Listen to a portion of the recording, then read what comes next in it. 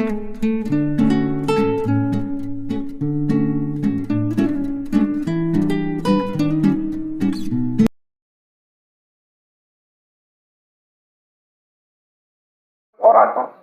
கடவுள் இருக்கிறார், எனக்கு இயேசு இருக்கிறார், எனக்கு என்னை திக்கருடன் விட மாட்டார், அவர் போதுங்கிற வைராக்கியம் உங்களுக்குள்ள வரணுமா இல்லையா? ஒரு பக்கம் நிந்தனைகள், ஒரு பக்கம் வியாதி, ஒரு பக்கம் வறுமை, ஒரு பக்கம் கஷ்டம். என்னைக்காவது நீ முட்டி போட்டு ஜெபம் பண்ணிருக்கியா? உன் கஷ்டத்தை சொல்லி சொல்லி சொல்லி சொல்லிட்டே கிடக்குறிய. என்னைக்காவது அறை வீட்டுக்குள்ள போய், ஆண்டவரே எனக்கு ஏன் இந்த சூழல் வந்துச்சு, நான் உங்களுடைய பிள்ளையாச்சே, எனக்கு ஏன் அந்த வேதனை வந்துச்சு, எனக்கே முட்டி போட்டிருக்கேன். முட்டி இன்னும் போடவே இல்லை. உனக்கு அறைக்குள்ள என்ன பண்ணல, முழங்கால்கள் முடங்கவே இல்லை.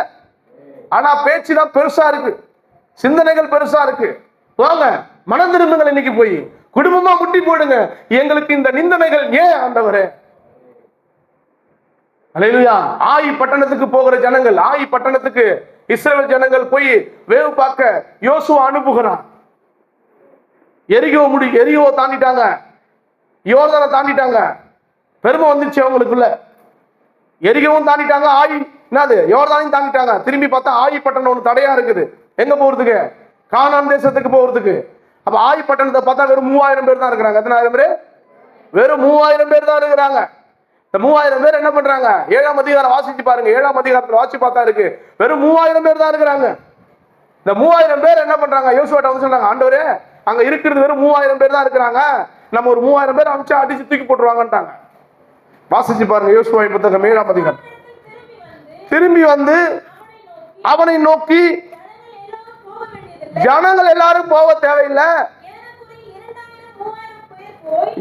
ஏறக்குறைய 2000-3000 பேர் போய் ஆய என்ன பண்ணலாம், முறியடிச்சிடலாம்.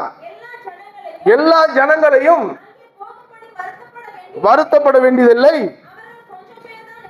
அவர்கள் கொஞ்சம் பேர் தான் சொல்றாங்க. சில நேரங்களில் பார்த்துக்கலாம் செஞ்சுக்கலாம் சொல்லிட்டு இருக்கிறான் பாருங்க. அடுத்த வாசிங்க. அப்படியே ஜனங்கள் ஏறக்குறைய என்ன பண்றாங்க? 3000 பேர் போனாங்க. ஆனாலும் அவர்கள் ஆயின் மனுஷருக்கு முன்பாக முறிந்து ஓடினார்கள், முதுகை காட்டி ஓடினாங்க. சின்ன கூட்டம் தான், ஆயி அடிக்கிறான். இஸ்ரவேல் ஜனத்தை சத்துரு மேற்கொள்ளுகிறான். யார் மேற்கொள்ளணும்? இஸ்ரவேலுக்கு தான் மேற்கொள்ளணும், இஸ்ரவேல் தான் ஜெயிக்கணும். ஆனா இஸ்ரவேல் ஜனங்களை ஓட விட்டு அடிக்கிறான். ஏண்டா காரணம்? எதுக்கு ஓட விட்டு அடிக்கிறான்? ஆண்டவர் யோசுவா பார்த்து சொன்னார், 1ஆம் அதிகாரம் 5வது வசனம், நான் மோசேயோடு இருந்தது போல உன்னோடு கூட இருந்து நான் உன்னை விட்டு விலகுவதும் இல்லை, நீ உயிரோடு இருக்கும் நாளெல்லாம். ரொம்ப முக்கியமான கருத்து அது. நீ உயிரோடு இருக்கும் நாளெல்லாம் ஒருவன் உன்னை எதிர்த்து நிற்காதபடிக்கு நான் உன்னை விட்டு விலகுவதும் இல்லை, உன்னை கைவிடுவதில்லை சொன்னாரு. ஆனா இப்ப ஏன் கைவிடப்பட்டா யோசுவா? இப்ப எப்படி யோசுவாவுடைய சேனை முறியடிக்கப்பட்டது? அப்ப அங்க ஒருத்தன் பாவம் செஞ்சிட்டான், அங்க சாபத்திட்டாத ஒரு காரியத்தை செஞ்சபடினாலே யோசுவா போய் அழுகுறான். பாருங்க, வாசிங்க பாருங்க. அல்லேலூயா. யோசுவா, கர்த்தராகிய ஆண்டவரே எங்களை அழிக்கும்படிக்கு எமோரியன் கைகளில் ஒப்பு கொடுப்பதற்காகவா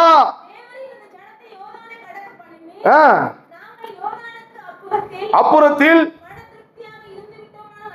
நலமாயிருக்கும்.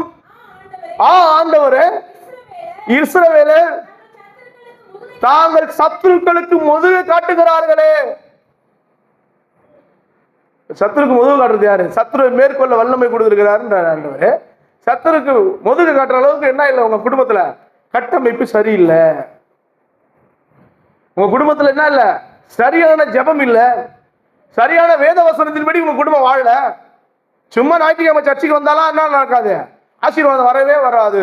உங்க குடும்பம் சரியான வசனத்தில் கட்டமைக்கப்பட வேண்டும், சரியான வேதத்திலே கட்டமைக்கப்பட வேண்டும், ஜெபத்திலே கட்டமைக்கப்பட வேண்டும். ஆவியில நிறைதல் உங்க குடும்பத்தில் இருக்கணும். பரிசுத்த ஆவியானவர் பேசிக்கிட்டே இருக்கணும் உங்க குடும்பத்துல. அப்பதான் நீங்க என்ன பண்ண முடியும்? சத்துருக்களை மேற்கொள்ள முடியும். இன்னைக்கு சத்துருக்கள் உங்களை மேற்கொண்டு இருக்கிறான். சபை விசுவாசிகள் யார் மேற்கொள்றா? வியாதி மேற்கொள்ளுது, வறுமை மேற்கொள்ளுது, கடன் பிரச்சனை மேற்கொள்ளுது, பிசாசு மேற்கொள்றான். இன்னும் எக்ஸ்ட்ரா எவ்வளவு சொல்லிக்கிட்டு போகலாம், எல்லாம் மேற்கொள்ளுது. ஆனா நீங்க ஆண்டவர் என்ன சொல்றாரு? என்னை விசுவாசிக்கிறவர்கள் என்னை காட்டிலும் பெரிய காரியங்களை செய்வார்கள். சும்மா நம்ம பேசிக்கிட்டு இருக்கோம், நம்மளை பிசாசு என்ன பண்றான்? மேற்கொள்றான். அதுக்கு காரணம் அங்க சில தப்புகள், இருக்குது. என்னைக்காவது உங்க கஷ்டத்தை குறித்து, உங்க வேதனை குறித்து, உங்க குடும்பமா நீங்க போய் முழங்கால் படிட்டு இதுக்கப்புறம் ஏதோ நடந்துச்சு, இன்னைக்கு இதுக்கப்புறமா நம்ம திருந்தி வாழ்வோம், இதுக்கப்புறமா நம்ம சரியா இருப்போம், இதுக்கப்புறம் நம்ம அப்படி இருப்போம். ஒரு தப்பு நடந்துச்சு, ஒரு விபத்து நடந்துருச்சு, ஒரு கஷ்டம் உங்க வீட்டுக்கு வந்துருச்சு, ஏற்கனவே கர்த்தர் எச்சரிக்கை கொடுத்தாரு. அந்த எச்சரிப்பை நீ என்ன பண்ணல, கண்டுக்காம இந்த காலம் வாங்கி இந்த காலம் விட்டுட்ட. ஆனா திரும்ப ஒரு எச்சரிப்பை கொடுப்பதற்கு முன்பதாக நீ எங்க போயிருக்கணும்? தேவ சமூகத்துக்கு போயிருக்கணுமா இல்லையா? யோசுவா என்ன தெரியுமா பண்ணாரு? அது நம்ம இவ்வளவு அடிச்சோம் ஜெயிச்சோம் நினைக்கல, ஓடுறாரு ஆண்டவர்கிட்ட. ஆண்டவர் நான் என்ன தப்பு செஞ்சேன், ஏன் ஜனங்களை முறியடிக்கப்படுறாங்க? ஆண்டவர்கிட்ட தான் பதில் இருக்கு. பதில் எங்க இருக்கு? மனுஷங்கிட்ட இல்ல. உங்களுடைய பிரச்சனைக்கும், உங்களுடைய அழுகைக்கும், உங்களுடைய வேதனைக்கும், உங்க துக்கத்துக்கும் நீ நினைக்கிற மாதிரி பதில் வேற யார்கிட்டயே இல்ல. பதில் கர்த்தருடைய சமூகத்துல தான் இருக்கு. அப்ப நீங்க என்ன பண்ணிருக்கணும்? தேவ சமூகத்துக்கு தானே வந்திருக்கணும். பிரச்சனை போது, போராட்டம் போது நமக்கு 1000 பேர் நமக்கு நீதி சொல்லாங்க. நீதி சொல்லுகிற ஒரே தெய்வம் எனக்கு இயேசு மாத்திரம். அப்ப இவன் வெகு பக்தி வைராக்கியமா இருக்கிறான் அப்படின்னா, அந்த பக்தி வைராக்கியம் என்னன்னா குடும்பமாக ஆண்டவரை ஆராதிக்கணும். நீங்க போங்க, உங்க வீட்டுல குடும்பமா இருக்கிறவங்களுக்கு சொல்றாரு ஆண்டவர், போங்க எது செஞ்சாலும் குடும்பமாய் செய்யுங்க. கணவனுக்கு தெரியாம மனைவிக்கு தெரியாம செய்யாதீங்க. வசனத்தை கேளுங்க, வசனத்தை கேட்டு வீட்டுக்கு போய் உட்காருங்க, பிள்ளைகளை கூப்பிடுங்க. இன்னைக்கு ஆவியானவர் ஒரு எச்சரிப்பின் சத்தத்தை கொடுத்திருக்கிறாரு, அவரை நம்ம வரவேற்போம், அவரோட பேசுவோம்னு சொல்லுங்க. உங்களுக்கு எதிராக வருகிற எல்லா அம்புகளையும் கர்த்தர் தவிடுபடியாக்கும். நீங்க தேவ சமூகத்துல உட்காருங்க, தேவன்ட்ட அழுது புலம்புங்க, தேவன்ட்ட உங்களோட கண்ணீருக்கு அவருக்கு இறக்கம் அவர் கொடுப்பாருங்க. இன்னும் நீ திருந்தவே இல்லை என்று தானே பெரிய கஷ்டமா இருக்கு, இன்னும் நம்ம மாறவே இல்லை என்று தானே பெரிய கஷ்டமா இருக்கு. கடவுள் உங்கள்ட்ட எதிர்பார்க்கிற விஷயம் என்ன? நீ ஆண்டவர் சமூகத்துக்கு வர வேண்டும். பக்தி வைராக்கியம் என்ன தெரியுங்களா? ஆண்டவர் சமூகத்துக்கு வரணும். ஆண்டவர் இல்லாமல் உமையன்றி அணு ஒன்றும் அசையாதுங்க. பரிசுத்தவான்களை வீட்டுல போய் வாசிச்சு பாருங்க, அவங்க எல்லாமே பக்தி வைராக்கமா இருந்திருக்கிறாங்க. இன்னைக்கு சபை பக்தி வைராக்கமா இல்லவே இல்லை. சபையில பாவம் வந்துருச்சு, சபையில சாபம் வந்துருச்சு, சபையில அக்கிரமம் வந்துருச்சு, சபை தீட்டு படிஞ்சிருச்சு. அந்த தீட்டை எடுக்கணும் அப்படின்னா பரிசுத்த ஆவியானவர் உங்களுக்குள்ளேயும் குடும்பத்துக்குள்ளேயும் வர வேண்டுங்கிறார் ஆண்டவர். வந்தா மட்டும்தான் அந்த பக்தி வைராக்கியம் உண்டாகும். அதனாலதான் அற்புதத்தை பெற்றுக்கொள்ளணும். நீ எது தொடங்கலாலும் விளங்காது, நீ எது செஞ்சாலும் ஆசீர்வாதம் வரவே வராது. தோல்வி தோல்வி தோல்வி தோல்வி வர்றதுக்கு காரணம் நீ ஆண்டவர் சமூகத்தில் என்னைக்காவது முட்டி போட்டிருக்கியா? என்னைக்காவது ஜெபம் பண்ணிருக்கியா? ஆண்டவர் குடும்பமா வந்து அழுது புலம்பி இருக்கிறியா? ஒரு நாள் குடும்பமா உபகாசித்து போட்டு ஜெபம் பண்ணிருக்கீங்களா? இல்லையே. இருக்கா? அப்படி இருக்கா? அதாவது காரியம் இருக்கா? எதுவுமே இல்லை. அதனால கர்த்தர் உன்னை பிசாசை மேற்கொள்ள முடியாத போகுது. அப்ப இந்த கொரோனழிவு பக்தி வைராக்கியமாய் இருந்தான். அல்லேலூயா. அப்படின்னா என்ன அர்த்தம்? வேறு பிரிச்சுட்டான். அவன் புறஜாதியனா இருந்தாலும் என்ன பிரிச்சுட்டான்? வேறு பிரிச்சுக்கிட்டான். இப்ப எந்த வேரோட நீங்க இருக்கீங்க? ஏசப்பாப்புல தானே நீங்க? ஆமா தானே? நீங்க வேறு பிரிக்கப்பட்டிருக்கணுமா இல்லையா? நீங்க தனியா வாழணுமா இல்லையா? நீங்க தனியா வாழ்றீங்க. ஒரு கதை, உன்ன கதை, அந்த கதை, இந்த கதை, நொந்த கதை, லோத கதை, எல்லா கதையும் பேசிக்கிட்டு, அவ கதை, இவ கதை, அந்த கதை, எல்லா கதையும் பேசிக்கிட்டு, வரவங்கள ரோட்டை நடந்து வரவங்கள கூட நீ இன்னொருத்த கதையை பேசிட்டு தான் வந்துட்டு இருக்க. இவன் சொத்த, அவன் சொத்த, இவன் சொத்த, எத்தனை பேர் சொத்தையா இருந்தா உனக்கு என்னங்க? நீ எப்படி இருக்குன்ற வாழ்க்கை தான் ரொம்ப முக்கியம். கடவுள் உன்னோட இன்னரை தான் பாக்குறாரு. கொட்டாய் வந்துக்கிட்டே இருக்கு இயேசுவின் நாமத்தினால. அல்லேலூயா, அல்லேலூயா. என்ன பண்ணுது? எல்லா கதையும் நமக்கு என்ன பண்ணுறது? வரவே கூடாது. மூளை எப்போ சோர்வு அடையுதோ அப்பதான் கொட்டாய் வரும். மூளை எப்ப சோர்வு வருதோ அப்ப மூளை சோர்வு வருதுன்னா பிரசங்கம் காலி, இனிமே நான் பிரசங்கத்தை கேட்க ரெடியா இல்லை. நிறைய பேருக்கு தூக்கம் வருது இல்லை, அது காரணம் என்ன தெரியுமா? நீங்க தூங்கல, பிசாசுன பாருங்க, இனிமே பிரசங்கம் உனக்கு முடிஞ்சிச்சு, நீ வீட்டுக்கு போ. அப்ப கொட்டாய் வந்து தூக்கம் வந்துச்சுன்னா ஒண்ணுமே இல்லை, தயவு செய்து அப்படியே ஏஞ்சி வீட்டுக்கு போயிடுங்க. ஏன் அப்ப தூங்கிக்கிட்டு தூக்கம் வந்துச்சுனாலே நீங்க பிரசங்கத்தை கேட்க மாட்டீங்க. உட்கார வச்சுக்கிட்டு ஏன் நானும் தூங்காதீங்கன்னு சொல்லிக்கிட்டு இல்லையா?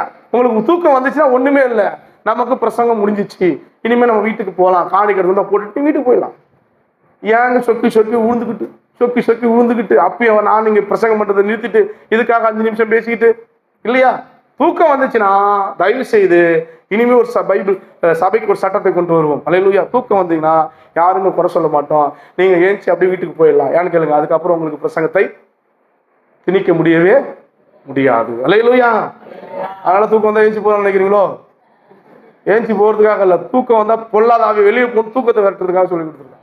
எப்பா இதான் சாக்கு, கொஞ்சம் தூக்கம் வந்தா வீட்டுக்கு போலான்னு விட்டு கூடாதீங்க, அதுதான் பெரிய பேய். அல்லேலூயா.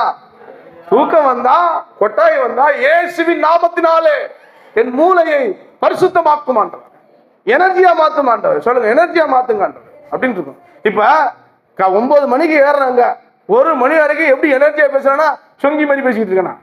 கேட்கிற நீங்க தான் சொங்கி மாதிரி உட்காந்துருக்க முடியும், எனக்கு தெரியுது. அல்லேலூயா. பேச விட்டா சாயந்தரம் வரைக்கும் இப்படியே பேசிட்டு இருப்பேன். சாப்பாடுலாம் வேணாம், ஏன்னா ஊட்டச்சத்து எனக்கு எங்கேருந்து வந்துட்டு இருக்கு, பரலோகத்துல இருந்து வந்துட்டு இருக்கு. அல்லேலூயா. ஊட்டச்சத்து அங்க இருக்கும்போது எனக்கு எதுவும் தேவையே இல்லை. அல்லேலூயா. நீங்க சொல்லுங்க, ஆண்டவர் சமூகத்துல ஒரு பக்தி வைராக்கியமா வாழணும் அப்படின்னா நீங்க வேறு பிரிக்கப்பட வேண்டும். என்ன பிரிக்கப்படணும்? இப்போ உங்க வீடை தனியா மாத்திக்கணும். நிறைய கிறிஸ்தவங்க வீடுலாம் தனித்தனியா தான் இருக்கும். ஒரு காமன் ஷேர் போட்டு உள்ள பூட்டிப்பாங்க. அந்த இஸ்லாமியர்கள்லாம் அந்த அந்த பழக்கம் இருக்கும். இஸ்லாமிய குடும்பம் உள்ள எல்லாமே ஒன்றா இருந்தாலும் அவங்க வீட்டுக்கு தனித்தனியா உள்ளே தான் இருப்பாங்க, வெளியே வரவே மாட்டாங்க. நீங்கள் நம்ம ஊரில் நம்ம தெருவில் போய் பார்த்தீங்கன்னு வச்சுங்களா, எங்க பார்த்தாலும் வெளியே தான் உட்காந்துருக்கு. வீட்டை பூட்டிட்டு உள்ளே உட்காந்தா அவனுக்கு என்ன இடம் கொடுக்காதா? ரோட்டில் போய் உட்காந்துக்கிறது, கதை பேசுது, உட்காந்து கதை பேசுது. ஏசப்பா பிள்ளைங்க எப்பயும் உள்ளே தான் இருக்கணும், வெளியே வரவே கூடாது. இந்த தெருவில் உட்காந்து பேசுறது, ரோட்டில் உட்காந்து சில நேரத்தில் பைக் எடுத்துன்னு போக பாருங்க, பைக் எடுத்துன்னு போக முடியாது, எல்லாம் ரோட்டில் தான் உட்காந்துருக்கும். நான் சில இடங்கள்லாம் நீங்கள் போங்க, வெளில ஆட்களே பார்க்க முடியாது. இந்த வெளியே பாத்ரூம் போகிறாலாம் நம்மால் தான். ரோட்டில் நிற்கிறது, அங்கே நிற்கிறது. மற்றவங்களாம் பார்த்தீங்கன்னா பாத்ரூம் கட்டி வச்சிருவான். ஏன் நம்ம கட்ட மாட்டோம்? நம்ம பாத்ரூமே கட்டியிருந்தாலும் என் கால்கள் காட்டுக்கு தான் போகணும். அல்லேலூயா. பழக்க தோஷத்தில் நம்ம பழக்க தோஷத்திலே வாழ்ந்துட்டோம். பழக்க தோஷத்திலே வாழ்ந்துட்டோம். மோடி எல்லாருக்கும் ஃப்ரீயாக கட்டி கொடுத்தா கூட, ஆஹா நீ கட்டி கொடுத்தா அதில் லாட்டி அடிக்க வச்சுப்பேன், விறகு அடிக்க வச்சுப்பேன், நான் காட்டுக்கு போடுன்னு போயிருந்தீங்க இல்லையா? இல்ல, எவ்வளவுதான் நம்ம நாகரிகத்துக்குள்ள வந்தாலும் நாங்கள் இப்படிதான் வாழ்வன்றதை தூக்கி கேட்டுட்டு இப்ப நீங்க அறைக்குள்ள போகணும். பக்தி வைராக்கியம் என்னது? அவன் பக்தி வைராக்கமா இருந்தான், நீங்களும் பக்தி வைராக்கமா இருந்தா மட்டும்தான் உங்க வீடு ஆசீர்வதிக்கப்படும், உங்க குடும்பம் ஆசீர்வதிக்கப்படும். இல்லைன்னா குடும்பம் என்ன பண்ணாது, ரொம்ப டவுனா தான் இருக்கும். பல வருஷமா சபைக்கு போயிருக்கிறாலும் உங்க மூலமா வெறும் வெளிச்சம் கூட வரவே வராது. வெளிச்சம் வரணும்னா நீங்க பக்தி வைராக்கியமா இருக்கணும். 2வது பாருங்க, ஆசிங்க, ரொம்ப முக்கியம். தன் வீட்டார் அனைவரோடும், தன் வீட்டார் அனைவரோடும் தேவனுக்கு பயந்தவர்களாக இருந்தார்கள். அப்படியே யார் வழி நடத்திருப்பான்னு நினைக்கிறீங்க?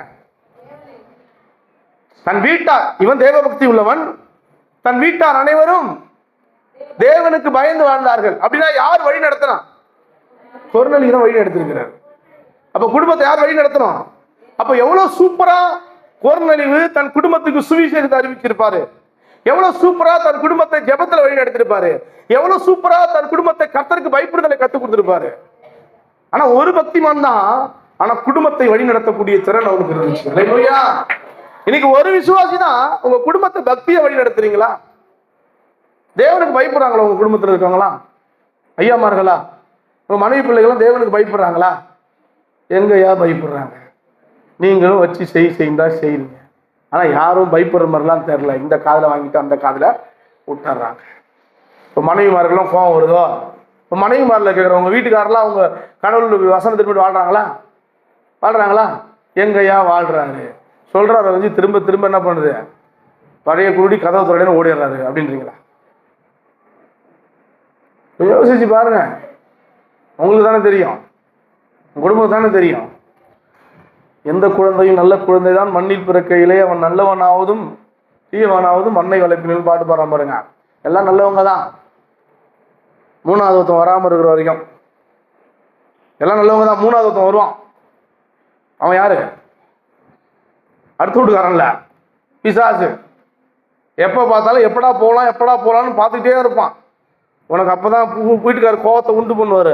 சென்மானாலும் அவன் முகத்தை நான் முடிக்க மாட்டேன்டா பொண்டாட்டி சொல்றது. சென்மானாலும் பொண்டாட்டி என்ன சொல்றது, அவன் முகத்திலே முடிக்க மாட்டான் பொண்டாட்டி. புருஷன் சொல்றது, அவ என் பக்கத்துல வந்தாலும் காலை வெட்டுருன்றது. இதெல்லாம் குடும்பமா?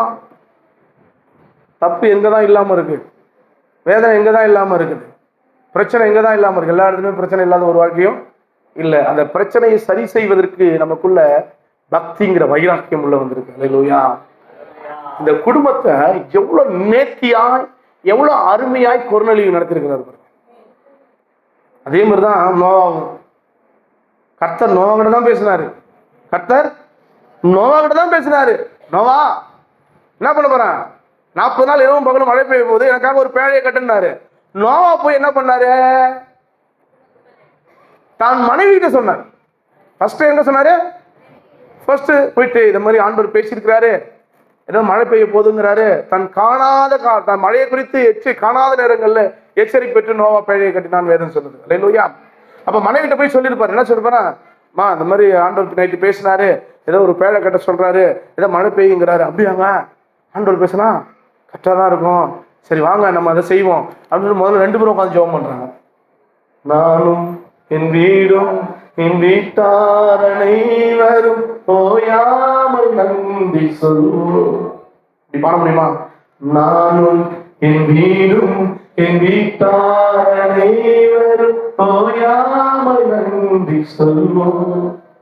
ஒரு கரு போல காத்தீரே நன்றி, என்னை சிதையாமல் சுமந்தீரே நன்றி. ஒரு கரு போல காத்தீரே நன்றி, என்னை சிதையாமல் சுமந்தீரே நன்றி. எபினேசரே எபினேசரே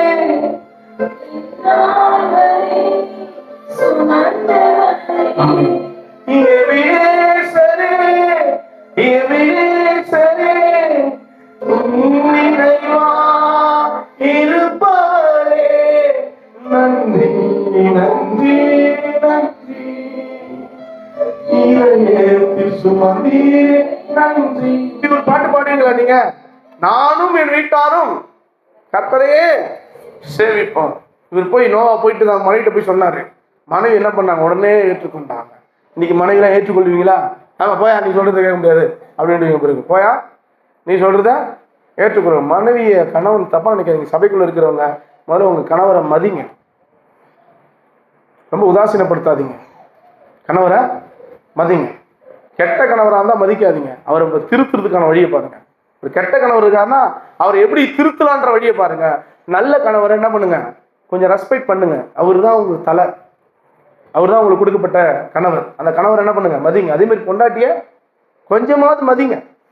சம்பாரிச்சு கொடுத்தோன்றதுக்காக ரொம்ப அதிகாரம் பண்ணாதீங்க. சம்பாரிச்சு கொடுத்தோன்றதுக்காக ரொம்ப என்ன பண்ணாதீங்க? தாத்தா புட்டான்னாதீங்க. 2 இல்லைனாலும் அங்கே குடும்பம் நடக்காது. அதனாலதான் மனிதன் தனிமையா இருப்பது நல்லதல்ல என்று சொல்லி ஏற்ற காலத்தில் ஏற்ற துணையை ஏற்படுத்தினார். இருக்கிறவனுக்கு தெரியாதுங்க, இல்லாதவனை போய் கேட்டு பாருங்க. அல்லேலூயா அல்லேலூயா. ஆண்டவர் சமூகத்தில் ஆண்டவர் பேசுறார் உங்களோடு. தன் மனைவிக்கு போய் சொல்றான். நோவா சொல்றாரு. சொன்ன உடனே தன் மனைவி கேட்டுட்டு போய் தன் 3 பிள்ளைகளுக்கு சொல்றாங்க. அல்லேலூயா. செம்மையான ஸ்டோரி தெரியுமா அது? அப்பாவும் அம்மாவும் போய் 3 பிள்ளைகளுக்கு போய் சொல்றாங்க. இது மாதிரி அப்பா தம்பி வாங்க தம்பிங்களா, இந்த மாதிரி ஏசப்பா பேசியிருக்கிறாரு, ஒரு பேழையை கட்ட சொல்லிருக்காரு, மழை பெய்யும். அப்படியாம்மா? ஆமாம்மா. பயபக்தி உள்ள வருது. இங்க இருக்கிற நீதிமான் ஒரு நோவா நீதிமான், ஒரு நோவா வைராக்கியமான கிறிஸ்தவன், ஒரு நோவா பக்தி வைராக்கியம் இருந்தனால அந்த பக்தி வைராக்கியம் மனைவிக்கு போகுது, மனைவிக்கு சேர்ந்து 2-3 பிள்ளைகளுக்கு போகுது, பிள்ளைகள் மூலமா 3 மருமகளுக்கும் போகுது. பொண்டாட்டி கேட்டா ரைட்டு, பிள்ளைங்க கேட்டாங்க ரைட்டு, மருமகளும் கேட்கிறான்னா எப்படிப்பட்ட பக்தி வைராக்கியம் இருந்திருக்கு பாருங்க. இன்னைக்கு உங்க மருமகளும் உங்க பேச்சை கேட்கறாங்களா?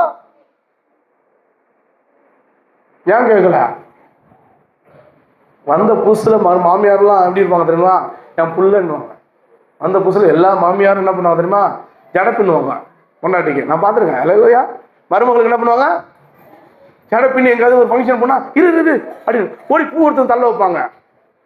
நான் பார்த்து ஆச்சரியப்பட்டிருக்கேன், இப்படிலாம் மருமகளா இருக்கிறாங்களடா அப்பா அப்படின்னு. இல்லையா? கொஞ்சம் நாள் போகும், அடுத்து மருமக ஸ்டோரியை உனக்கு போட மாட்டான். நீங்க சொல்லுங்க, என் மருமக ஸ்டோரி போட மாட்டா, என் மருமக இப்படி பண்றா, என் மருமக இப்படி பண்றான்னு. உன் மருமகளுக்கு நீ என்ன பண்ணணும்னு அங்க கிட்ட தான் தெரியும். மருமகள் இருக்காங்கல்லங்க, இந்த பிள்ளைங்க ஆண்கள் இருக்கு என்ன பண்ணுவாங்கன்னா, பொண்டாட்டி வந்த உடனே அம்மாவும் இருக்காங்கல்ல, அம்மாவுக்கு ஆசை இருக்காது. ஆனா மருமக வந்த பிறகுதான் பொண்டாட்டிக்கு நீ அல் வாங்கி கொடுத்தா அம்மாவுக்கு அல் வாங்கி தருவான்னு ஏக்கம் வரும்.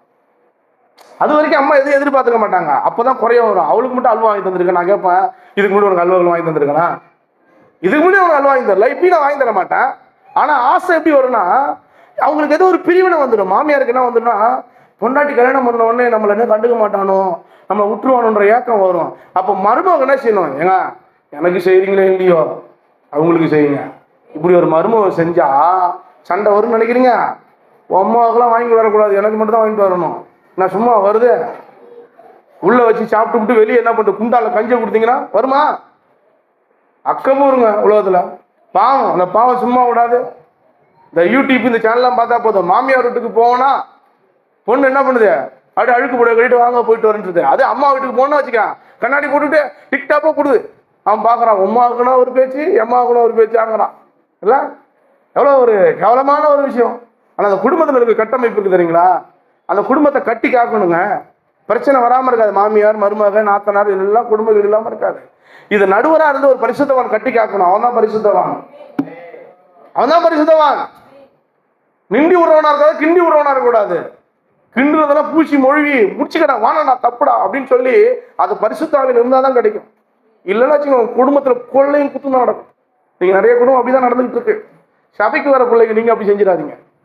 சபைக்கு வரவங்க மட்டும் என்ன பண்றீங்க, இந்த மாதிரி வேலையை வச்சிடாதீங்க. ஆனா அந்த 5, 6, 7 பேரும், நோவாசத்து 8 பேரும் ஒன்னஸ்ல நிக்கிறாங்க. குடும்பம் அப்படி இருக்கணுங்க. குடும்பம்னா அப்படி இருந்தாதாங்க சூப்பர். மருமகளும் கேட்கிறான். அப்பதான் அவங்களால பேழை செய்ய முடிஞ்சுது. அப்பதான் அவங்களால என்ன பண்ணுச்சு, பேழை செஞ்ச முடிஞ்சுது. பேழையை செஞ்சாங்க, ரைட்டு. 8 பேராவது நீங்களாவது போங்கன்னு அனுப்பிச்சு விட்டாரு கர்த்தர். இதுல ஒத்தம் முரடுபடி இருந்தான்னு வச்சுங்க, யாரு நோவா புள்ள சேம் இருக்கான காம். இவன் கொஞ்சம் டெய்லி ஸ்வீட் கொஞ்சம் இருக்கவன்ட்ட. இந்த காம் தான் என்ன பண்றான், அப்பா என்ன பண்றான், நிர்வாணியை பார்த்துட்டு போய் எல்லாத்தையும் போய் சொல்றான், இவன்ட்ட டெய்லி ஸ்வீட் இருக்கு. ஆனா அந்த காம் கூட என்ன பண்றான், ஆண்டவர் வார்த்தைக்கு கீழ்படுகிறான் அன்னைக்கு. ஆனா அதுல ஒத்தவன் இல்ல, அதெல்லாம் முடியாது, இந்த ஆண்டவர் போயா நீங்க 2 பேரும் போய்ங்க, நான் வரமாட்டேன்னு சொல்லிட்டு போயிருந்தானா இவன் கைவிடப்பட்டிருப்பான், அவங்க போயிருப்பாங்க. இன்னைக்கு நிறைய பேர் கைவிடப்படுறதுக்கு காரணம் ஆண்டவர் வார்த்தையை கேட்காமல் போகிறது. இன்னைக்கு ஆண்டவர் சமூகத்துல சொல்லுங்க, பக்தி வைராக்கியமா ஒரு குடும்பத்தை நடத்துவதற்கு உங்களுக்கு அபிஷேகம் வேணும். இல்லைன்னா உங்க வீட்டுக்கு யாரும் வரமாட்டாங்க. நீங்க நினைக்கிற மாதிரி நினைக்கிறீங்க, நாங்களாம் சர்ச்சைக்கு போறோம். எப்படி சர்ச்சைக்கு போறீங்க? என்ன நல்லது செஞ்சிருக்கீங்க நீங்க இது வரைக்கும்? சண்டை போட்டுட்டு தான் இருக்கீங்க இது வரைக்கும். பரிசுத்தவானுக்கு போய் சண்டை போடுறீங்க, தொந்தரவு பண்றீங்க. எப்பா பாப்பா அவள்கிட்ட வாய் கொடுத்து மீற முடியாது பண்றான். யார்கிட்ட கேட்டா அதான் சர்ச்சைக்கு போகுது அந்த அம்மா. இந்த சர்ச்சைக்கு போற அம்மாலாம் பாருங்களா, அந்த நீங்கெல்லாம் பரவாயில்ல, அந்த வெள்ளை போட கட்டிட்டு போகும் பாருங்க சிலது. வெள்ளையா எப்ப பார்த்தாலும் வெள்ளையா நிற்கும். பவுடர் கூட வெள்ளையா இருக்கும். கொஞ்சம் பவுடர்லாம் போடாது. பைபிளை தூக்கிட்டு நடக்க நடை டக்கு டக்கு டக்கு டக்கு டக்கு டக்குன்னு நடக்கும். அங்க போய் அது சத்தம் தான் உயரமாவே இருக்கும். சோத்திரம் அல்லேலூயா எல்லாம் சொல்லிட்டு வீட்டுக்கு ஒரு புருஷனுக்கு சோறு போடாது. பிள்ளைகளை நடுத்தல விட்டுருவான். அல்லேலூயா. ஆமா, ஏன் இதை நான் உங்களுக்கு சொல்றேன்னு வச்சுங்களா, ஒரு நீதிமான வச்சுதான் கர்த்தர் என்ன பண்ண போறாரு, அந்த குடும்பத்தையே நிர்ணயிக்க போறாரு. இன்னைக்கு உங்களுக்கு கர்த்தர் ஆவியானவர் சொல்லுகிறா, மூணாவது ஒரு கதை சொல்லி ஜெபம் பண்ணி முடிக்க போறேன். தயவு செய்து ஏசப்பா பிள்ளைகளா இருந்தா ஏசப்பா பிள்ளைகளா மட்டும் வேறு பிரிக்கப்பட்டோம்.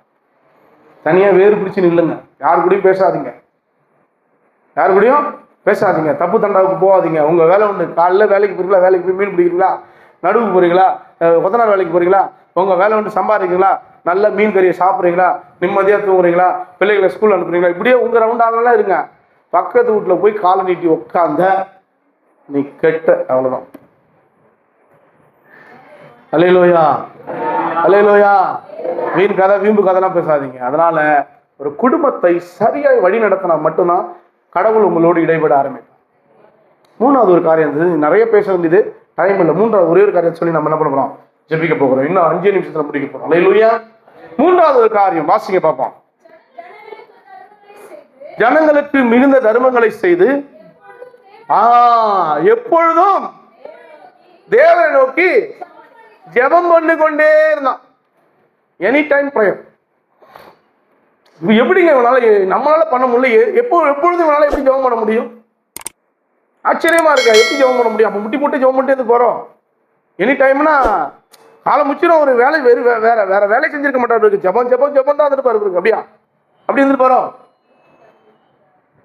அவர் 100க்கு அதிபதி. அவருக்கு நிறைய ஒர்க் இருக்கு, அவருக்கு நிறைய வேலை இருக்கு, அவருக்கு நிறைய காரியங்கள் இருக்கு. ஆனா அவர் வேதம் சொல்றது அவர் எப்போதும் ஜெபம் பண்ணிக்கொண்டே இருந்தாருன்றாரு. எப்படின்னு கொஞ்சம் இதை தியானம் பண்ணினா, எப்படி இதை கொஞ்சம் யோசிச்சோம்னா எப்படி அவர் பண்ணிருப்பாருன்னு கேட்டா, அவர் ஜெபம் பண்றதுலாம் உங்களை மாதிரி என்ன மாதிரி ஜெபம் பண்ணல. அவர் உங்களுக்கு எனக்கு என்ன ஜெபம், ஒரு குறிப்பிட்ட நேரம் இருக்கு, அது பண்றீங்களான்னு தெரியல, அப்படி இருக்கும். ஆனா இவருக்கு அப்படி இல்லை. எது செஞ்சாலும் என்ன பண்ணுவாரு, இந்த ப்ரேயர் எது செஞ்சாலும் ஆண்டவர் இல்லாம ஒரு விஷயம் கூட என்ன பண்ண மாட்டாரு, செய்ய மாட்டார். சாப்பிட போறாரா, ஏசப்பா சோதனை ஆண்டவரே. வேலைக்கு போறாரா, ஏசப்பா சோதனை ஆண்டவரே. ஆண்டவரே இந்த வேலையை ஆசீர்வதிங்க ஆண்டவரே. எது செஞ்சாலும் ஒரு தனி வேறு பிரிக்கப்பட்ட ஒரு மனுஷனை எப்படி இருக்கான் பாருங்க. ஐயோ, இவ்வளவு ஒரு பர்ஃபெக்டான ஒரு மனுஷனா இருக்கிறானே, இவ்வளவு ஒரு தினகாத்திரமான ஒரு மனுஷனா இருக்கணும், எப்படி அந்த மனுஷனை பார்க்குது. அந்த அளவுக்கு அவனுடைய ஜெபம் கடவுளை நோக்கி கொண்டே இருக்கிறது. அவன் எண்ணங்கள், சிந்தனைகள், வேதனைகள் எல்லாவற்றையும் ஆண்டவர் என்ன பண்றான், பதிவு செஞ்சுக்கிட்டே இருக்கான். சந்தோஷம் வந்தா பதிவு செய்யறது இல்லை, கஷ்டம் வந்தா பதிவு செய்யறது இல்லை. நீங்க ஜெபம் என்பது எப்படி தெரியுமா இருக்கணும், உங்க ஜெபம் ரொம்ப கருத்துள்ளதாய், ரொம்ப தேவனை நெருங்கக்கூடியதாக இருக்கணும். எதுக்கு எடுத்தாலும் எங்க போகணும், நீங்க ஜெபம் பண்ணதான் போகணும். உங்கள்கிட்ட வந்து சொல்றான், அக்கா பணம் இல்லைக்கா, ரொம்ப கஷ்டமா இருக்குக்கா, நான் ஒரு வழி சொல்லிட்டா அப்படின்னு சொல்லக்கூடாது. என்ன சொல்ல, நான் ஒரு வழி சொல்லிட்டா, சொல்லங்கக்கா அந்த அக்காட்ட தான் பணம் இருக்கிற மாதிரி இருக்கு, நான் கேட்டேன் எனக்கு இல்லைன்ட்டா, நீ போய் வேணா என்ன பண்ண, நைஸாக போய் கேட்டு போற, உனக்கு தருவா. அப்படியாக்கா, சரிக்கா சரிக்கா, இவனுக்கு தெரியுமாக்கா, எனக்கு நல்லா தெரியும், நீ போ. நம்ம ஆளுங்க ஐடியா சொல்லி கொடுக்குறது. அக்கா அக்கா யாரு, ஏசுப்பா பிள்ளைங்க போயிட்டு, அக்கா சொல்லுமா இப்போ கஷ்டமா இருக்கு, கொஞ்சம் பணம் தாங்கலாம் அப்படின்னு சொன்னச்சுக்க. சரின்னு அந்த அம்மா கொடுத்துச்சு. எப்படி கொடுத்துச்சு, சந்தோஷமா கொடுத்துச்சு. உன்னால அதுக்கு எது ஆகணும், அதால எது ஆகணும் கொடுத்துச்சு. கொடுத்து 4 நாள் என்னம்மா 4 நாள் கழிச்சு தரேன். நீ இதுக்கு தான் பணம் கடன் வாங்க போறதுக்கு எப்படி திருப்பி கொடுக்க வரும், உங்களுக்கு தெரியவே மாட்டேது. நிறைய ரகசியம். கடன் வாங்குறவங்களுக்கு என்ன வராது, திருப்பி கொடுக்க சீக்கிரம் மனசு. ஏன்னா கடன் வாங்கி தானே கஷ்டப்படுறாங்க, அதனால போய் கடன் வாங்க போயிட்டாங்க. திரும்பி அது எங்க வந்து முடியுது அப்படின்னா, சண்டையில தான் வந்து, பிரச்சனை தான் வந்து முடியுது, சமாதான சீர்கல்ல தான் முடியுது. நான் ஒண்ணு சொல்றேன், யாராவது இது வரைக்கும் கடன் கொடுத்துருந்தீங்கன்னா இனிமே திருப்பி கேட்காதீர்கள். என்னடா இது, இந்த ஒரு கதையை வர சொல்லிட்டு இருக்காருன்றீங்களா? ஆமா, திருப்பி கேட்காதீங்க. கடன் வாங்கணும்னு நினைக்கிறவங்க என்ன பண்ணுவாங்க, திருப்பி கொடுக்கணும்னு நினைக்கிறவங்க திருப்பி வாங்கணும்னு நினைக்காதீங்க. அவங்களா கொடுத்தா வாங்கிக்கோங்க. மனம் திரும்பி நான் வாங்கினேன், திரும்பி அவங்ககிட்ட போய் சும்மா நோய் நோய் நோய் நினைச்சிங்க, அது என்னது, நம்ம கொடுத்ததுக்கு லாய்க்கு இல்லாம போயிடும். நான் உண்மையா கத்த சொல்றாரு, உங்கள் கடன்களை உங்களுக்கு அவர் மன்னிக்கிறது போல உங்கள் கடன்களை அவங்க கடனை நீங்க பண்ணிச்சாதான் உங்க கடன் பண்ணிக்கணும். நான் யாராவது காசு கொடுத்துன்னு வச்சுங்களேன், ஏசப்பா பாக்குறாருங்க இந்த இடத்துல என்ன சொல்றேன், யாராவது காசு கொடுத்துட்டேன் அப்படின்னா அப்படியே பார்ப்பேன், அண்ணா தரீங்களா அண்ணான்னு கேட்பேன். இல்லைண்ணா, சரி அப்படியே கம்முன்னு இருப்பேன். கர்த்தாவே இந்த காசை நான் கொடுத்துட்டேன், இது கொடுத்தாலும் கொடுக்கணும் போங்க, இனிமே எனக்கு புத்தியை சொல்லி கொடுங்க அப்படின்னு சொல்லிட்டு விட்டுருவாங்க காசை. சில நேரத்தில் அந்த பணம் என்ன பண்ணுது, அக்கா அண்ணா அன்னைக்கு கொடுத்தீங்களா, 2000 கொடுத்தா சோத்திரம், அன்னைக்கு கொடுக்கணும்னு வச்சுங்களேன், அவங்கள போய் என்ன பண்ண மாட்டேன், இது உங்களால இருக்க முடியாது ஆனா என்னால இருக்க முடியுங்கிறான். ஏன் இருக்கிறேன் தெரியுமா, கடன் வாங்கினவன் இருக்கப்பட்டவன் இல்லை, கடன் வாங்கினவன் இல்லாதவன். உங்ககிட்ட 2000 1000 10,000 இப்படி வாங்கியிருக்கான்னு வச்சுங்களேன், அவன்கிட்ட இல்லை, அதனாலதான் வாங்கினான். அதை நம்ம நல்லா இருக்கும் போது கொடுத்த மாதிரி நல்லா இருக்கிற மாதிரி நம்ம வாங்குறது இல்லை. அப்ப ஆண்டவர் சமூகத்துல ஒருத்தவங்க கடனோ காசோ கஷ்டத்தை சொல்ல வரும்போது நீங்க என்ன சொல்லி கொடுத்துருக்கணும், தம்பி அக்கா அண்ணன் என்கிட்ட நீ நினைக்கிற மாதிரி பணம் இல்லை, நீ 10,000 கேட்ட, இந்தா ஏசுவி நாமத்தினால ஒரு 500 ரூபா இருக்கு வச்சுக்க, இந்த பணம் இல்லை ஆனா ஒண்ணு சொல்றேன், அது மட்டும் செய்தியாப்பா, அக்கா சொல்லுக்கா, என்ன பண்றது, எதையாவது சொல்லுக்கா, நீ போ ஏசப்பட்ட போய் முட்டி போடு. என் வாழ்க்கையில் இல்லாத போது நான் ஏசப்பட்ட போனேன், ஆமா ஏசப்பட்ட போனேன் அப்படின்னு சொல்லிட்டு போனா நீ சபைக்கும் லாக்கில்ல, கிறிஸ்தவனும் லாக்கில்ல. நீ போய் முட்டி போடு, ஜெபம் பண்ணு, ஏசப்பாட்ட கேளு. ஏன்னா ஏசப்பாவில் மட்டும்தான் உனக்கு இன்னைக்கு உதவி செய்ய முடியும், ஏசப்பாவில் மட்டும்தான் செய்ய முடியும். அதுதான் ஜெபம். நீங்க ஆளை காட்டி விடக்கூடாது, கண்டல் எடுக்க கற்றுக் கொடுக்க கூடாது, குழு ஒன்று கற்றுக் கொடுக்க கூடாது. எனக்கு ஒரு குழு ஒன்று தரன்றாங்க, வேணா அந்த கடத்துக்கு நீ அதை வச்சுக்க, செய்யலாம். ஆனா திரும்பி அவனை எங்க கொண்டு போய் விடுற, எங்க போய் விடுறீங்க? அப்ப நீங்க செய்ய வேண்டிய ஒரு விஷயம் என்னது, முட்டி போடு, ஜெபம் பண்ணுங்க. ரொம்ப ஆணவத்துல சொல்லாத. ஆணவத்துல சொல்லுவாங்க சிலர், ஏன் போய் முட்டி போடு ஜெபம் பண்ணு போ இப்படியே நிக்கிற அப்படின்னு ஆணவத்துல சொல்லாதீங்க, அழிஞ்சிருவீங்க. அன்புல சொல்லுங்க, அக்கா கவலைப்படாதக்கா, நானும் கஷ்டப்படுறேன், நானும் என்கிட்ட பணம்லாம் நிறைய இல்லை, உனக்கு உதவி செய்யற அளவுக்கு எனக்கு என்ன இல்லை, பணம் இல்லை, ஆனா ஒன்னே ஒண்ணு சொல்றேன், நீ போய் ஜெபம் பண்ணு, கண்டிப்பா கர்த்தர் ஏதாவது ஒரு மூலத்துல கர்த்தர் உனக்கு சந்திப்பாரு, கர்த்தர் ஐஸ்வர்யத்தை கொடுப்பாருங்க, வேதனை வராதுங்க. அல்லேலூயா. மனுஷன் கொடுக்கறது வந்து வேதனை கொண்டு வருங்க. அப்ப நீங்க எதை சொல்யூஷனா காட்டணும், ஜெபத்தை தான் காட்டணும். நீங்க விசுவாசிகள் நீங்களும் நானும் எதை காட்ட போறோம், ஜெபத்தை தான் காட்டணும். ஆனா உங்களுக்கு ஆண்டவர் உதவி செய்யணும்னு சொல்லிட்டாரு, உதவி செய்யணும் சொல்லிட்டாரு. உங்ககிட்ட பணம் இருக்கு அப்படின்னா நீங்க கொடுத்துட்டு, தம்பி எனக்கு தேவை இருக்கு, அதுல நான் கொடுக்குறேன், ஆனா நான் உன்னை வந்து கேட்கவே மாட்டேன், நீயா வந்து கொடுக்குற வரைக்கும் நான் என்ன பண்றேன், வெயிட் பண்றேன், கர்த்தர் உன்னை ஆசீர்வதிப்பார், அதற்காக நான் ஜெபம் பண்ணேன்னு சொல்லிட்டு நீங்க கொடுத்தீங்கல்ல, அந்த ஆளுக்காக டெய்லி என்ன பண்ணும், அந்த மனிதன் அந்த கடத்தை அடைப்பதற்கு அவனுக்கு உதவி செய்யுங்க, நீங்களும் ஜெபம் பண்ணணும். அந்த கடன் வாங்கின ஒன்றுமே என்ன பண்ணணும், ஜெபம் பண்ண கற்றுக் கொடுக்கணும். இப்படி ஜெபம் பண்ண கற்றுக் கொடுத்தீங்கன்னா, அக்கா உன் ஜெபத்தையும் என் ஜெபத்தையும் கர்த்தர் கேட்டு எனக்கு கொஞ்சம் பணம் வந்துச்சுக்கா, இந்த காலம் கொடுத்துருவான் இல்லையா? ஆனா நாம என்ன பண்ணுவோம், பிசாசுக்குள்ள போய் பெரிய பிரச்சனையாகி சமாதானம் கெட்டு சந்தோஷம் கெட்டு, அதனால கடன் வாங்குறவங்களுக்கு சப்போர்ட் பண்றேன்னு நினைக்காதீங்க. கடன் வாங்குறது பிசாசுக்கு பிறந்த பேயுவோம். கடன் வாங்கக்கூடாதுங்கிறதுக்காக பேசிட்டு இருக்காரு. நீங்க நினைச்ச உடனே கடன் வாங்குறதுக்கு போயிடாதீங்க, ஐயோ கடன் தான் சொல்லிட்டாரு, இல்ல இல்ல இல்ல, கடன் வாங்குறது பிசாசு.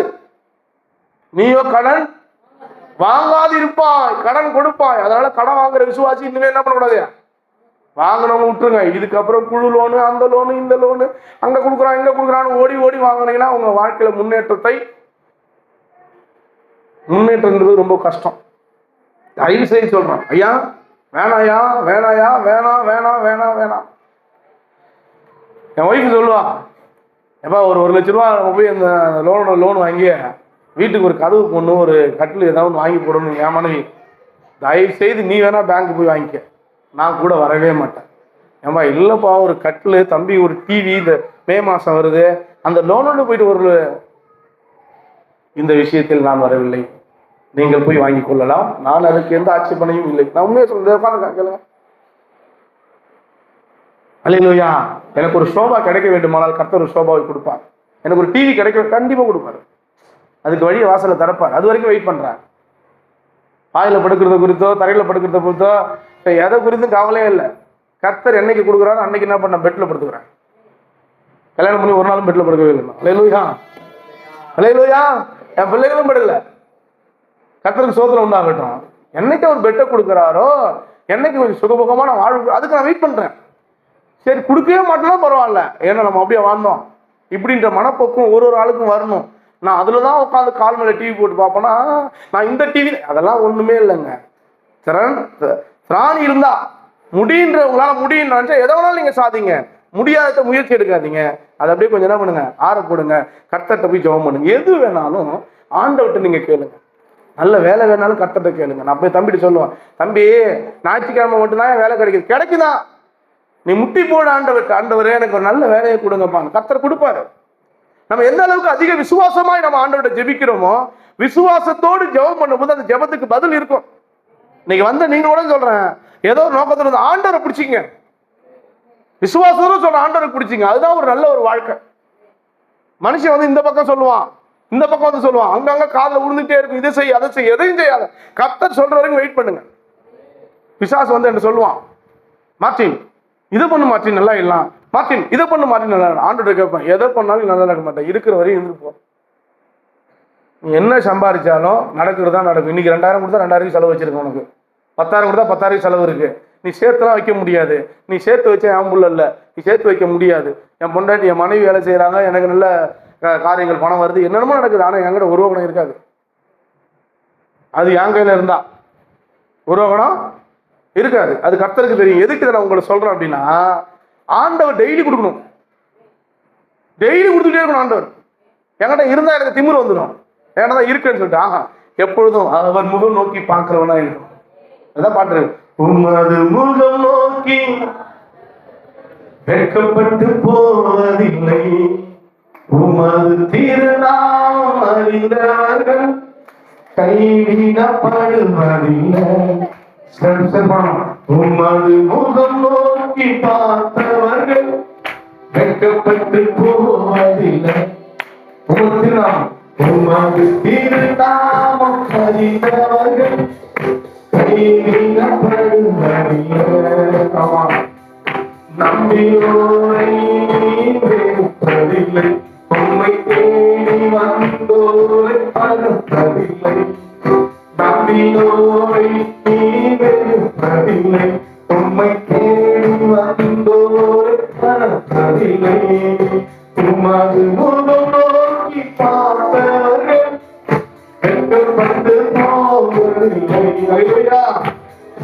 ஜெபம் பண்ண போறோம். இந்த ஜெபம் பண்ற எனி டைம் ஜெபம் பண்ணும் பொழுது அந்த ஜெபத்தை தான் கர்த்தர் பரலோகத்துல இறங்கி கேட்டார். இப்போ உங்க வீட்டுல கர்த்தர் வாசம் பண்ணணும்னு நீங்க நினைச்சீங்கன்னா நீங்க செய்ய வேண்டியது பக்தி வைராக்கியமான ஒரு வாழ்க்கை, குடும்பத்தை லட்சியத்துக்குள்ள சுவாசிக்கிறீங்களா? அதுக்காக என்ன பண்ண போறோம்? இந்த வாரம் கடைசி சனி, இந்த வாரம் 29ஆம் தேதி ஒரு ஃபேமிலி ப்ரேயர் என்ன பண்ண போறோம்? வைக்க போறோம். Family prayer. புத்தி உள்ள ஸ்திரீ தன் வீட்டை கட்டுகிறாள், புத்தி இல்லாதவளோ அதை தன் கையினால் ஒம்பளை நினைச்சா சொல்லுங்க. ஒரு பெண் நினைத்தால் மதுரையை எரிய விட்டுருவா. ஒரு பெண் நினைச்சா ஒரு சொல்லுங்க பழமொழி. ஒரு பொண்ணு நினைச்சா சொல்லுங்க யார் பழமொழி? நீங்க தான் சொல்லுங்க, எனக்கு தெரியல அந்த பழமொழி. ஆமா, ஆக்கவும் முடியும் அழிக்கவும் முடியும். புருஷனை குடிகாரனாவும் மாற்ற முடியும், புருஷனை நல்லவனாவும் மாற்ற முடியும். அதுக்கு தான் அம்மா சொன்ன அர்த்தம் மாதிரி எனக்கு நான் நினைச்சுட்டேன். ஒரு பொண்டாட்டி நினைச்சா இங்க காணிக்க போடவனா இருமா, இப்ப காணிக்க போட்டு எங்க வேகமா ஓட போறேன். அல்லேலூயா. ஒரு பெண்ணு நினைத்தால் அல்லேலூயா. அப்ப நீங்க நினைச்சா ஒரு குடிகார கணவரையோ இல்ல சரியில்லாத ஆட்களையோ நீங்க சரி பண்ணிடலாம். ஏன்னா அந்த பொறுப்பை யார் கொடுத்துக்கிறாங்க? உங்களுக்கு தான் கொடுத்துக்கிறாங்க. யோசிச்சு பாருங்க. சரியில்லாத புருஷனை விட்டுருங்க, சரியா இருக்க வீட்டுக்காரர் தானே உங்க வீட்டுக்காரு. உங்க வீட்டுக்காரர் நல்லவங்களா கெட்டவங்களா? சில வீட்டுக்காரர் ரொம்ப ஒஸ்ட் தான், விடுங்க, அதை விட்டுருங்க. உங்க வீட்டுக்காரு என்னங்க, உங்க வீட்டுக்காரர் நல்லவங்களா கெட்டவங்களா? அவர்கிட்ட ஒரே ஒரு பழக்கம் இருக்கு ஐயா, இந்த குடி பழக்கம் தான். அவரு யார மற்ற விதத்துல அவர் என்ன பண்ண முடியாது, குறையே சொல்ல முடியாது. சொல்லுவீங்களா சொல்ல மாட்டீங்களா? சொல்லுவீங்களா சொல்ல முடியாது. அப்ப இந்த வயசுக்கு அப்புறம் நான் எங்கேயா போய் ஆண்டா என் புருஷன்கிட்ட பேசுறது அப்படின்னு நினைச்சா கூட அது எனக்கு தெரில. செத்தா 2 பேரும் ஒன்னாதான் போகணும். அதாவது ஆபிரகாம் இருக்காருல்ல, ஆபிரகாம் செத்துட்டாருன்னா சாராளுடைய பக்கத்துல தான் கல்லறை வைக்க சொல்றாரு. தாவீது மணி அப்படி பக்கத்துல, ஈசாக்கு பக்கத்துல தான் வைக்கணுமா கல்லறை கூட. கல்லறையில கூட பிரிவு இருக்கக்கூடாதுன்னு நினைக்கிறாரு பரிசுத்தவான்கள். நீங்க நல்லறையிலே பிரிவு நினைக்கிறாங்க. நல்லறை, கல்லறை, நல்லறை. இது இப்ப நல்ல அறையை கர்த்தர் கொடுத்துருக்காரு உங்களுக்கு. ஆனா பரிசுத்தவான்கள் கல்லறையில கூட பிரிவு இருக்கக்கூடாதுன்றாரு. என்ன சொல்றீங்க சொல்லுங்க. அப்ப இப்படி ஒரு கட்டமைப்புல நீங்க ஜெபிக்கும் பொழுது ஆண்டவர் உங்களோடு பேசுவார். அவங்களோட அவர் பேசும் பொழுது மிகப்பெரிய ஒரு ஆசீர்வாதத்தை கர்த்தர் கொடுக்கும். ஏங்க எந்த சபையிலையாவது இந்த மாதிரியா பிரசங்கம் பண்றாங்க? ஏங்க நீங்க நல்லா இருக்குன்னு என் ஆண்டவர் இயேசுவே விரும்புறாரு. நீங்க உங்க மனைவி நீங்களும் சந்தோஷமா இருக்குது எனக்கு சந்தோஷமா என்ன? சந்தோஷம் தானே? எனக்கு சந்தோஷம், உங்களுக்கு சந்தோஷமா இல்லையா? ஒரு கணவன் மனைவிக்கு ஊர் உலகத்துல எவன் பேசாம வந்தாலும் பரவாயில்ல, மனைவி பேசாம போயிட்டா அவன் செத்துருவாங்க. நல்ல கணவன். ஆமாவா இல்லையா? ஆமாவா இல்லையா? அதே மாதிரி இப்போ புருஷன் பேசாம வந்துட்டா பொண்டாட்டி ஆயிடும். இது ஒரு பந்தம். இந்த பந்தங்கள் உங்களுக்கு தெரியல. கர்த்தருக்கு ஸ்தோத்திரம். என்னம்மா வசந்தியம்மா அவரு உங்களுக்கு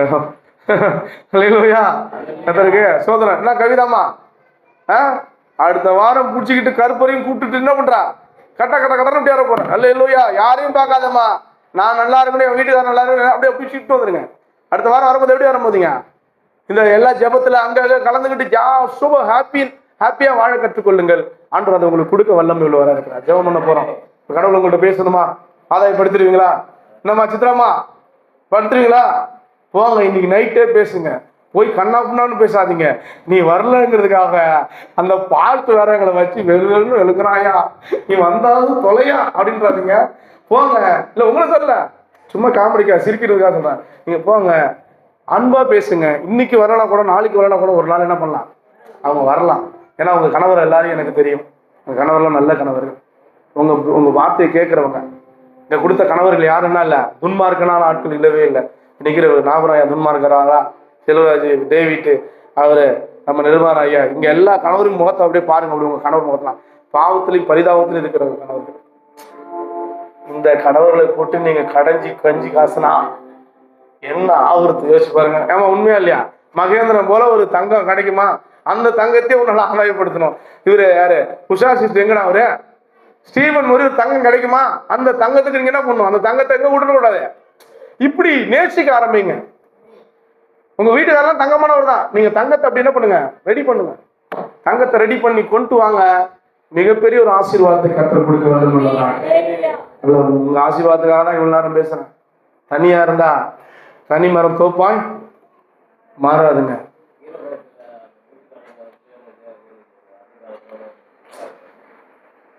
ஆமா, நம்ம எதுக்கு இதெல்லாம் பேசணும்யா, நீங்க ஒரு ஆளா ஜெபம் பண்றதுக்கும் குடும்பமா ஜெபம் பண்றதுக்கும் நிறைய டிஃபரன்ஸ். ஆமா, சூப்பரா இருக்கலாம். இந்த எப்பயுமே நீங்க வேறொரு இன மக்களை என்ன பண்ண, இந்துக்களை போய் கல்யாணம் முடிக்காதீங்க. சர்ச்சைக்கு வர பிள்ளைகள் இந்துக்களோடு கூட கலவாகாதீங்க.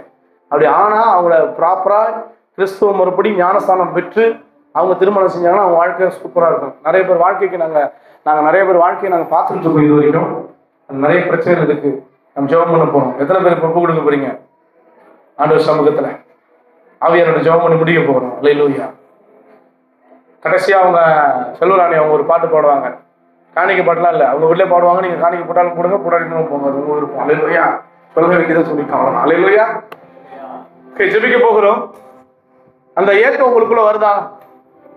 எப்படியாவது நான் சாகிறதுக்குள்ளே என் கணவரை ஆண்டவருக்கு நேரா திருப்பணும், பிள்ளைகளை ஆண்டவருக்கு நேரா திருப்பணும். ஏக்கம் வருதா? ஒப்பு கொடுத்து ஜெபிக்க போகிறோம். அல்லேலூயா. ஆண்டவர் சமூகத்துல